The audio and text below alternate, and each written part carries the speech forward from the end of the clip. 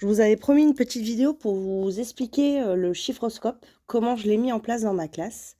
Donc déjà, vous avez besoin de cartes. Donc vous avez les cartes pour indiquer la valeur de chaque nombre. Normalement, dans le jeu, c'est pas millier, c'est unité de 1000.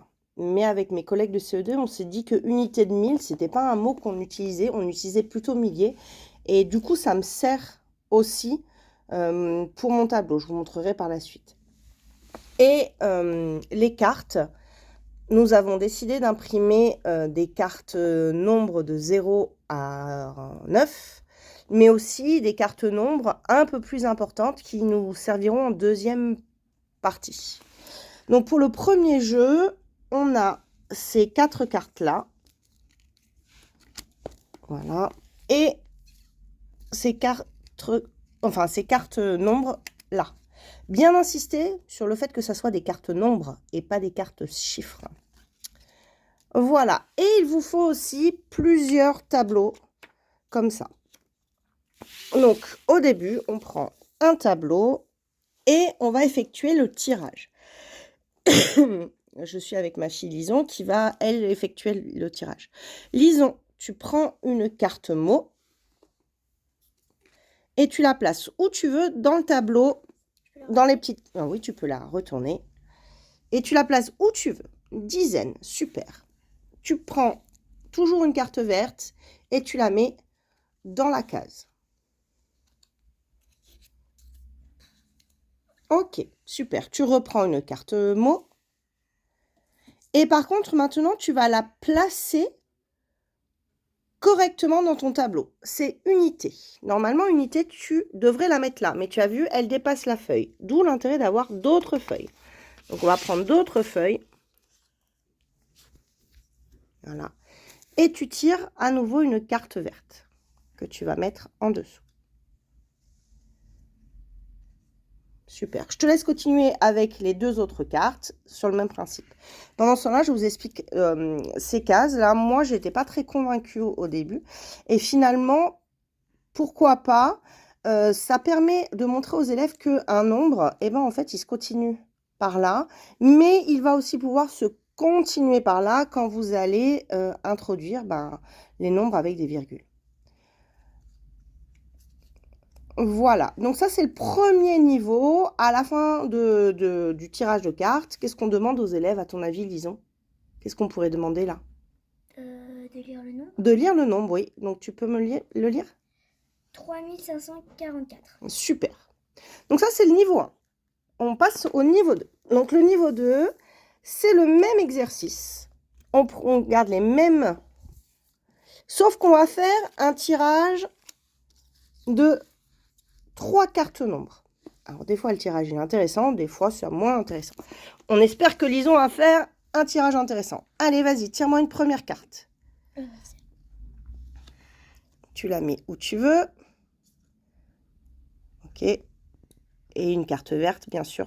Si tu veux, moi, je fais les cartes vertes, tu fais les cartes blanches. Allez.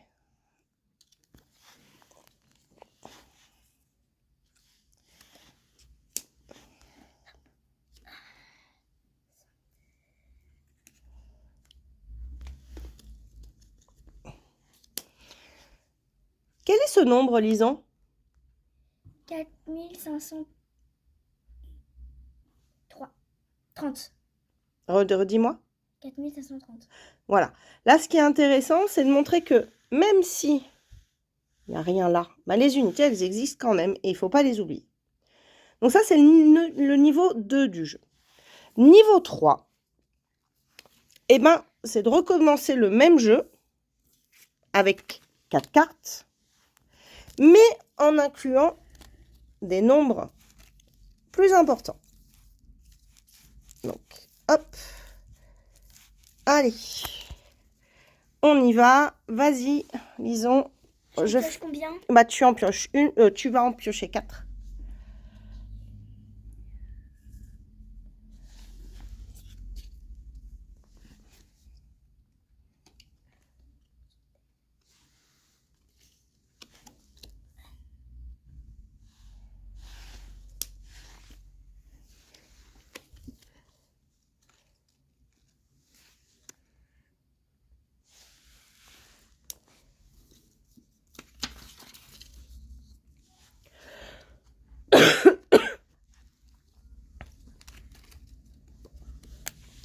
Bon, là, le tirage n'est pas exceptionnel. Quel est ce nombre? 10 059. Ok. Ce qui devient intéressant, c'est quand à la place... du coup, je triche un peu. C'est quand on obtient, par exemple, un tirage de ce sorte.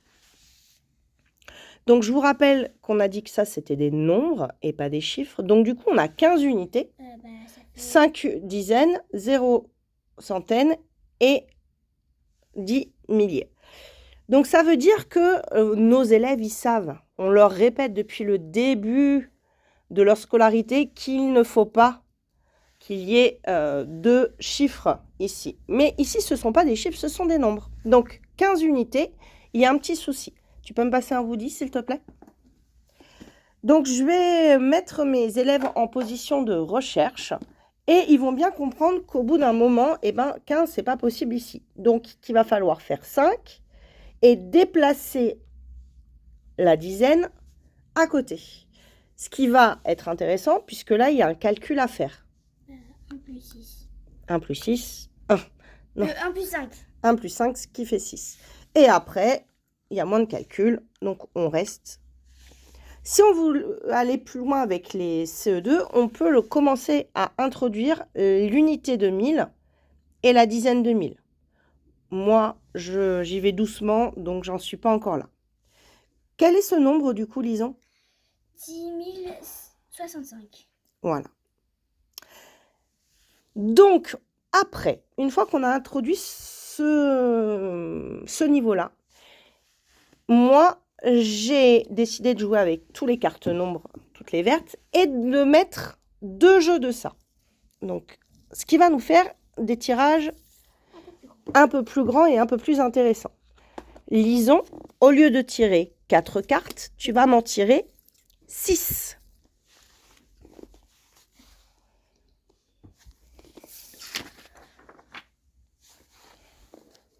Alors, hop, on va essayer de faire ça sans tricher. Je retourne bien tout correctement.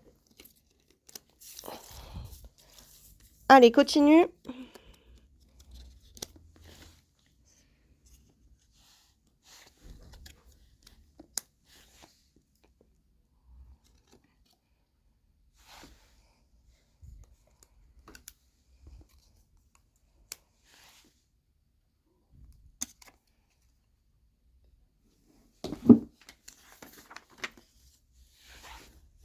Ok.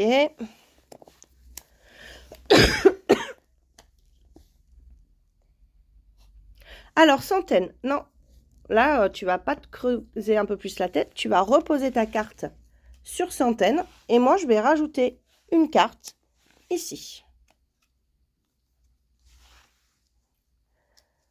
Et voici, on a fait nos 6 tirages.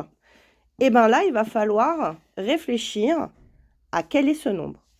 Donc, même travail que tout à l'heure, je vais lancer mes élèves en phase de recherche avec leur ardoise. J'ai même fait des petits tableaux que je vous mettrai en photo. Donc, ici, ça fait combien, Lison? 8. Ok. Ici. 8. Ok. Ici. Donc, qu'est-ce que j'écris? 1. Et là, tu mettras un 1 que j'additionnerai avec le 5. D'accord. Qui fait 6. 15, du coup. 15. 16. 16. Ok. Est-ce que tu peux me lire ce nombre? Du coup, ça fait 16 188. Voilà. On peut imaginer, du coup, plein de niveaux différents. Normalement, ce jeu a été fait pour travailler en atelier avec des élèves autonomes sur ce jeu. Moi, j'utilise pour l'instant en groupe classe et ça marche bien. Je l'utilise en rituel et ça marche bien aussi. Donc, je ne souhaite pas pour l'instant passer en atelier. Mais pourquoi pas?